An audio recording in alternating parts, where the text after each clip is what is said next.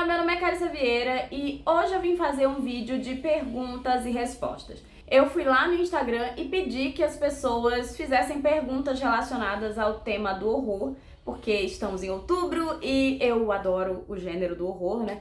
Então eu vou responder algumas dessas perguntas e caso você não me siga no Instagram, vai estar aqui o endereço e no primeiro comentário também. Eu posto um pouco mais da minha vida por lá. E também produzo conteúdo específico lá no Instagram. E quando, enfim, eu quero que vocês mandem coisas pra mim, né? Tipo perguntas e, enfim, eu faço algumas enquetes. Eu coloco lá, né? Nessa rede social. Então, não deixa de me seguir no Instagram, que é bem legal. Juliana Costa mandou essa pergunta. Valendo tudo. Que filme você gostaria que fosse feito? Vivo ou morto? Qual roteirista, diretor, elenco, tema? Então, é engraçado, talvez porque eu acabei de assistir a nova adaptação do Edgar Allan Poe do Mike Flanagan. Eu queria muito ver a versão dele de O Morro dos Ventos Uivantes. É engraçado porque quem falou sobre isso a primeira vez, assim, pra mim foi o Gustavo, e eu não consigo, sabe, não pensar que seria incrível o Mike Flanagan dirigindo uma adaptação de O Morro dos Ventos Uivantes. Ele tem uma lógica muito interessante pra falar sobre relações humanas, e eu gosto muito de como ele trabalha essa coisa da corrupção humana, sabe? Então eu acho que seria muito interessante ver como ele ia colocar o Radcliffe, sabe? Sendo um personagem mais contemporâneo, por exemplo. Então é isso, eu gostaria muito de O Morro dos Ventos Uivantes, mas eu gostaria de talvez ver isso mais pros dias de hoje, só que é isso, com o olhar do Mike Flanagan. E eu gostaria muito que ele usasse nomes conhecidos mesmo, como ele já vem fazendo. Eu gosto muito de como ele tem trabalhado com a Carla Gudino, sabe? Eu acho que ela tem praticamente sido redescoberta, né, através dos olhos dele. E ela é uma atriz fenomenal que eu acho que não tinha o destaque merecido, talvez. Então eu gostaria de ver nomes recorrentes, né? Como o próprio, eu não sei a pronúncia, Raul Colli, enfim, não é bem isso, né? Mas também a Kate Siegel, esses nomes que já estão virando batidos dentro do universo ali que ele cria com suas mansões, né? Com suas histórias que flertam ali com o gótico. Então, é isso. Eu queria muito ver O Morro dos Ventos Uivantes pelas mãos do Mike Flanagan. E, enfim, eu também gostaria de ver outros filmes de horror pelos olhos do Luca Guadagnino. Eu tenho achado que ele tem feito coisas incríveis, mas eu queria ver algo original dele, nenhuma adaptação, sabe? Eu queria um filme original pelas mãos do Luca Guadagnino. E sim, podia ter a Dakota Johnson de novo, a Tilda Swinton, o Timothée Chalamet, eu ia curtir, tá? Ah, eu queria muito que ele trabalhasse o Guadagnino num filme de horror. Eu queria muito que ele trabalhasse com o Daniel Kaluuya, não sei porquê, mas eu gostaria, de verdade. A Yasmin Evaristo, né, pergunta: qual filme de diretora negra você acha essencial de assistir neste mês? É interessante porque nos últimos anos a gente tem visto mais mulheres, né, mais mulheres negras tendo a oportunidade de fazer filmes de horror. E eu acho que esses filmes debatem questões essenciais, né, sobre negritude, sobre ser mulher dentro do nosso mundo. E eu vou acabar sendo bastante clichê, porque eu acho que A Lenda de Candyman é o filme que eu acho essencial. Eu poderia citar Master, tem outros filmes, mas eu vou dizer A Lenda de Candyman porque eu acho que é um filme que traz uma qualidade incrível, qualidade técnica, de interpretação, enfim, é um filme muito incrível. E que, apesar do protagonista ser um homem, a gente vai ter um debate super importante sobre como a sociedade trata pessoas negras. Eu acho muito interessante como ele acaba mostrando a situação de pessoas negras dentro do universo da arte, sabe? E essa coisa constante de estar sempre se provando mais e mais e mais, e como existem dois pesos e duas medidas para quando você é branco e quando você é negro. Só que eu acho que tem uma outra questão também, né? A mulher negra dentro desse ambiente. Você tem ali a namorada do protagonista, que é extremamente importante dentro da história, e eu vejo um olhar muito particular para essa personagem e que muitas vezes passa despercebido, sabe? Às vezes todo mundo tá tão focado no drama, na trama do protagonista, que esquece que aquela mulher ali tá representando muito o que é ser uma mulher negra dentro desses locais, sabe?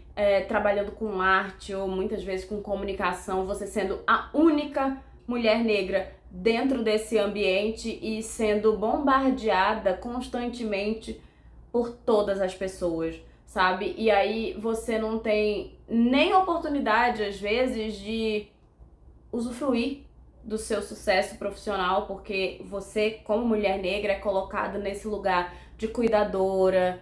E, enfim, eu acho que o filme ele trata de maneira brilhante sobre o que é ser uma mulher negra bem-sucedida, sabe? Dentro de ambientes brancos, mas também o que é ser uma mulher negra no mundo, nos seus relacionamentos interpessoais também, e como existem diversas implicações e complicações no dia a dia de uma mulher negra. Então eu acho que é um filme que ele acaba sendo essencial porque ele debate tantas coisas incríveis, sabe? E tem um olhar tão bem direcionado, né? A Nia da Costa, ela é uma diretora muito milimétrica no que ela faz. A gente percebe que cada cena é muito bem pensada, então, e o final do filme é uma pancada.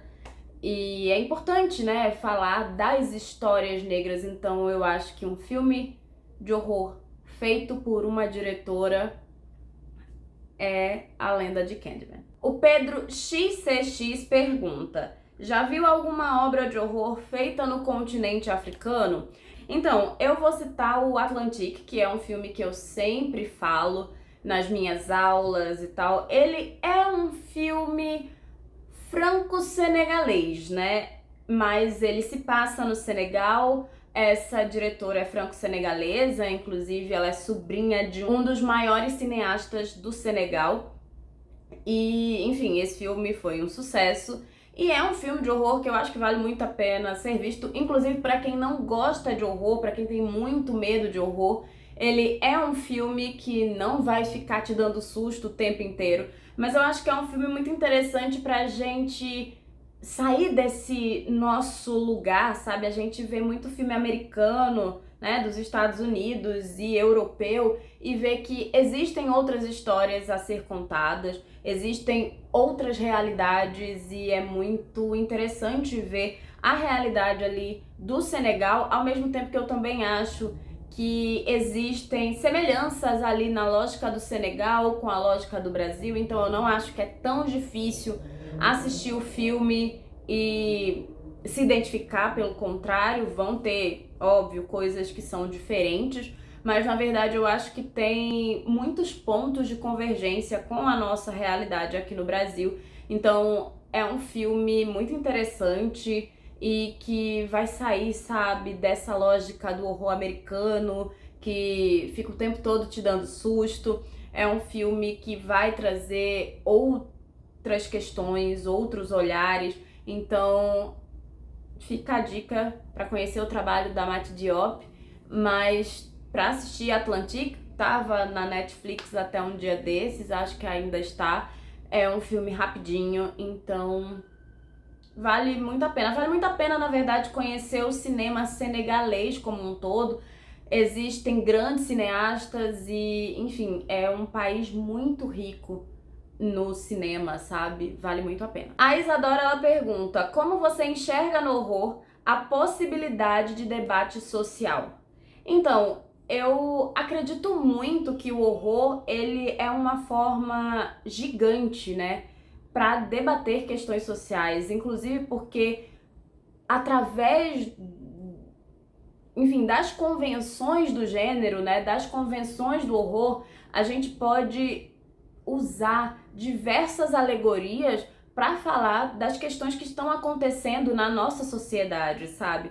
Na atualidade, a gente tem alguns cineastas fazendo isso de maneira mais clara, né, mais visível. A gente tem o Jordan Peele com o Corra, a gente tem filmes como O Homem Invisível, a gente tem O Que Ficou para Trás, que vai falar sobre os imigrantes, né, africanos que vão ali para a Inglaterra. Então eu acho que tem alguns cineastas que estão usando o horror para falar de questões sociais de maneira mais clara. Acho que ficou muito popular também, né, com a A24, essa coisa desse horror mais social, mesmo que a gente tenha filmes de monstro, né, filmes, enfim, a gente vai ter slashers também que vão aí trazer debates sociais. Mas eu acho que desde que a gente conhece o horror, ele tá aí falando de questões sociais, sabe? Se a gente for parar pra pensar, lá na década de 60, tinha muita gente, inclusive um cineasta que vou falar do filme, mas vou falar que abomino ele, tá? O Polanski, a gente vê O Bebê de Rosemary e a gente tá vendo ali naquele filme, que óbvio é uma adaptação de um livro, as questões relacionadas ao corpo da mulher sendo debatidas. Então, eu sempre acho curioso também como atualmente tem essa coisa, né, de o horror virou social recentemente. Não, o horror, ele sempre teve um caráter social, porque se a gente vai pegar a própria literatura, a gente tem questões sociais sendo colocadas ali, muitas vezes nas entrelinhas, em quem estava fazendo obras, sei lá, sabe, na época de Carmila. A gente tá falando de uma história LGBT, sabe? De vampiros. Se a gente para pra falar do Frankenstein, a gente também tem um debate social aí. Se a gente vai falar do Retrato de Dorian Gray, a gente também tem uma questão social por trás. Então, eu acho que o horror, ele na sua essência é um gênero muito rico para debater as questões da nossa sociedade. Ele reflete muitos tempos, né? O tempo que a gente vive. Só que como ele faz isso com tantas alegorias, com tantas trazendo vários tipos de monstro, muita gente fica só na camada superficial e deixa de prestar atenção em outras reflexões que os filmes, que os livros trazem. Mas na verdade se torna muito rico porque dá para debater e trazer todo tipo de questão, justamente porque a gente vai ter esses monstros e essas alegorias. Então é isso, assim, acho que o horror é um gênero muito rico e é muito interessante perceber como recentemente a gente vê muitos realizadores, né, que são de minorias sociais, colocando seus olhares de maneira mais, enfim, mais direta na tela. A gente vê cineastas negros falando de questões raciais nos filmes de horror, a gente vê mulheres falando sobre misoginia de maneira mais clara, falando sobre questões de maternidade, né, e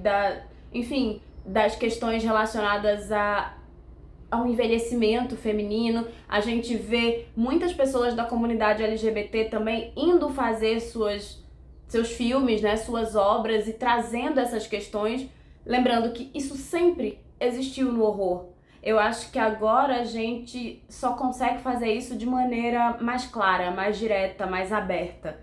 Antes, dependendo do que era a temática, precisava ser um pouco mais camuflado, né?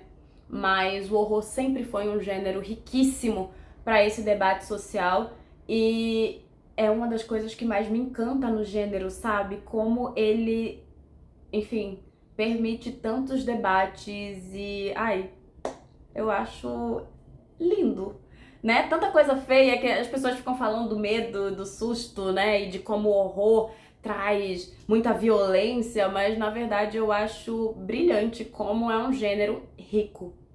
O John Strangelove pergunta: sentes que o gênero do horror em 2023 é relativamente fraco em comparação a 2022? Eu não diria isso, na verdade eu sempre fico um pouco receosa em dizer que tal ano foi muito melhor ou pior, porque o ano ainda não acabou, ainda tem lançamento pra ver. O que eu acho é que em 2023 a gente teve lançamentos, assim, pelo menos os lançamentos mais comerciais, os que chegaram aos cinemas, sabe? E que a gente tem um acesso mais fácil. A gente teve muito filme ruim. A gente teve sequência de franquia que não foi lá essas coisas. A gente teve filme de vampiro que foi uma tristeza. Então teve muito filme ruim que foi lançado e que teve uma, sei lá, sabe, um marketing grande. E em 2022, o contrário, né? A gente teve vários filmes que foram para o grande público e que foram filmes de muito sucesso, filmes muito interessantes. Lembrando que, assim, nem sempre os filmes que foram lançados no Brasil esse ano foram lançados lá fora no mesmo ano também. Então tem essa questão. Agora sim, quando a gente para ver os lançamentos que estão aí fora desse circuito comercialzão, a gente sempre acha algumas coisas interessantes. Então eu fico um pouco receosa de dizer que, nossa, 2023 foi muito pior do que 2022. Mas eu vi muita coisa melhor em 2022 do que em 2023, assim, teve muito filme de horror muito legal em 2022, né? Então, coisas assim, que você saía do cinema pensando, que gosto de estar assistindo um negócio desse, né? Jordan Peele, gente. Ano de Jordan Peele. Eu tô doida, o filme do Jordan Peele saiu no ano passado. Em julho. Foi. O Nope saiu no ano passado. Filme 2022. Um ano que tem lançamento do Jordan Peele é um ano que já é marcante, entendeu? 2022 teve Não Olhe, que já é pra mim uma das grandes obras de horror de todos os tempos, porque nunca erra esse homem e é provavelmente o maior nome do horror que nós temos na atualidade, assim, conseguiu passar inclusive pelo terceiro filme, trazendo uma grande obra, porque nem sempre os diretores conseguem passar por isso, né? E ele conseguiu. Então, eu acho sim que 2022 eu mesma vi muita coisa melhor do que em 2023. Dito isso, eu sempre penso que o cinema é mais do que o cinema americano, então a gente teve coisas bem interessantes no Brasil esse ano também. Em outros países, alguns lançamentos também foram interessantes, então eu acho que é isso, sabe? Pensando no cinema americano, eu vi coisa mais interessante em 2022 do que em 2023. Os lançamentos de 2023, pra mim, os grandes lançamentos de 2023, até agora, foram uma grande decepção. Mas o ano não acabou, eu sou uma pessoa com muita esperança, tamo aí, né?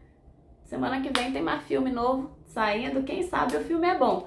Mas é isso. A Neptuneando, né, a Gabi perguntou qual filme você acha superestimado. Então, gente, tem uma lista. E não me odeiem que eu vou falar de filme que uma galera gosta. E já vou começar com Clímax do Gaspar Noé, que assim, não dá pra mim. Na verdade, o Gaspar Noé não dá pra mim. Mas é muito curioso. Eu sei que esse cineasta é adorado por muita gente e eu não suporto. E aí eu fui assistir Clímax pensando assim, vai ser muito bom. E foi bom durante os primeiros 10 minutos de filme. Depois, pra mim, é realmente, como disse um amigo meu, uma grande repetição do nada, sabe? O filme, ele realmente sai do nada pra lugar nenhum. Além de que, pessoalmente, eu acho o filme extremamente conservador. Na verdade, eu acho a carreira do Gaspar Noé toda conservadora. Pra mim, ele dissimula que ele não é conservador, mas nas entrelinhas, tudo do filme é de um conservadorismo que, assim, me tira do sério. Então, ai, bonita a primeira cena de dança. Realmente, depois é só mais um monte de gente ali fingindo que tá fazendo dança contemporânea. Eu dancei por não sei quanto tempo da minha vida, só me deu agonia ver aquilo ali, sabe? Assim, aí vão me dizer, nossa, mas o filme é pra dar agonia. É verdade, mas eu não estava sentindo agonia pelos motivos que eu deveria sentir. Eu estava me sentindo constrangida de estar vendo aquele filme assim, entendeu? A agonia que me dá é pensar assim, eu estou perdendo este tempo da minha vida assistindo a este filme. E aí me irrita porque, nossa, olha que plano bonito. Ele faz planos zenital, pra quem não sabe. Enfim, vamos lá. Ele faz uns planos, sabe? Bota a câmera de cima num ângulo meio lateral. O que tem a ver? Ai, aquilo é pra incomodar, tá? E enfim, ele faz planos bonitos. Ele fez um plano muito bonito e irreversível com uma cena de 8 minutos de estupro, sabe? Então, assim, tem muitas questões com esse diretor. Ele acha que porque ele bota a câmera num ângulo que as pessoas vão achar diferenciado, e eu não sei porque vão achar diferenciado, porque, assim, já estão fazendo isso no cinema há muito tempo e... Perdão, quando eu falo de Gaspar Noé, eu fico uma pessoa insuportável, porque é isso. Eu não aguento este homem. Mas, enfim, eu entendo quem gosta, é só que eu abomino. E é isso, eu acho o filme chatíssimo. Eu acho superestimado demais. Pior é que eu gosto da atriz, eu gosto da Sofia Boutella, eu acho ela ótima, mas assim, não dá pra mim. E outro filme que eu acho superestimadíssimo e é meu maior ódio cinematográfico, assim, acho que de todos os tempos, é o Mãe, do Darren Aronofsky, que é outro diretor que eu não suporto. Vamos lá. No início da carreira dele, eu até achava que ele fazia alguma coisa que prestasse. Aí ele chegou em Cisne Negro, que eu achava um ótimo filme, mas aí depois eu descobri que ele, enfim, né? Não tem uma ideia original, querido. E aí o que acontece é que ele fez Mãe.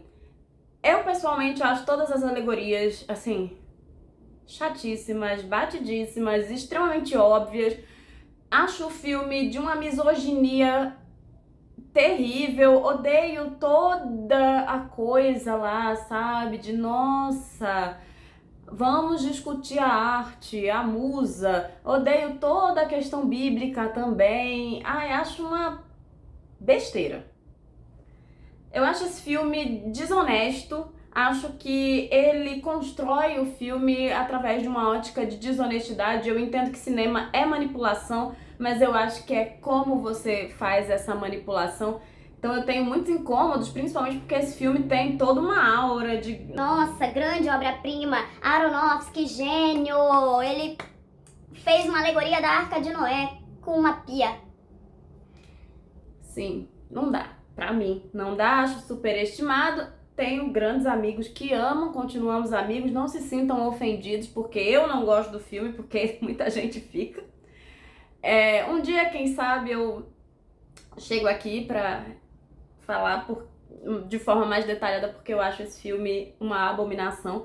E por último temos A Casa que Jack Construiu, do Lars von Trier, que é um cineasta que eu acho muito competente, mas é um péssimo ser humano e ele coloca tudo que não presta dele nesse filme e eu acho muito curioso porque o filme ele traz diversos elementos, né, do Inferno de Dante, ele vai trazer muita coisa de Virgílio e ele vai trazer algo da estética, né, que é esse estudo do belo na arte, enfim.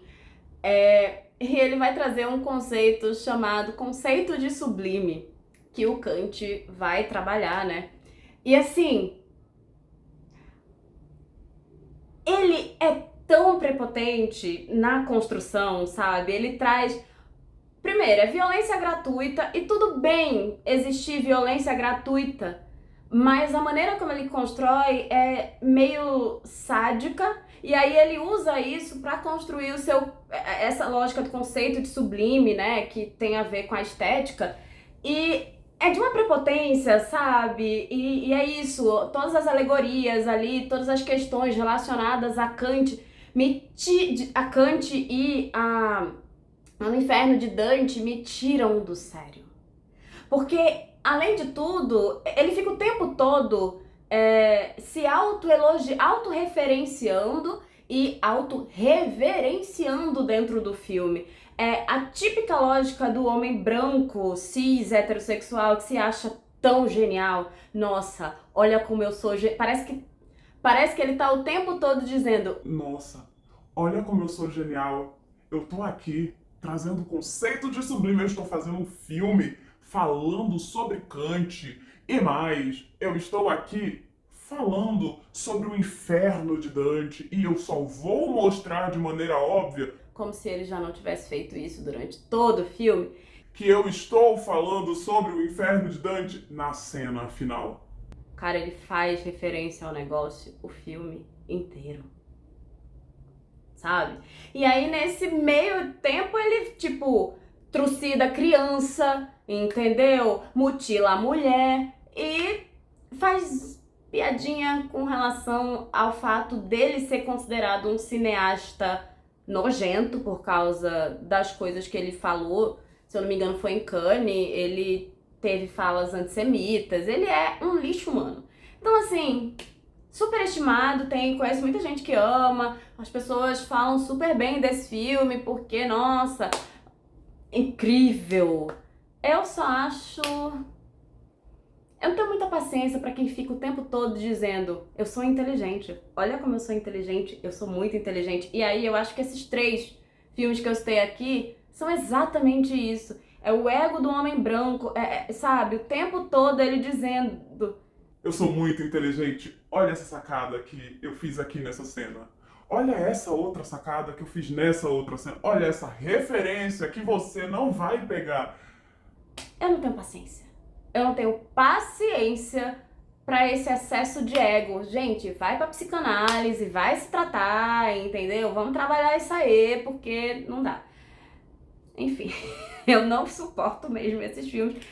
Mas eu juro que eu não sou uma pessoa insuportável. Só um pouco. Então, se você gostou desse vídeo, não esquece de conhecer o meu Apoia-se, me ajuda demais a continuar produzindo conteúdo aqui pro canal. Caso você queira colaborar com o canal, mas não possa participar do Apoia-se, tem o endereço do Pix aqui embaixo também. E não se esquece de me seguir nas redes sociais e se inscrever aqui neste canal, tá bom? Tchau!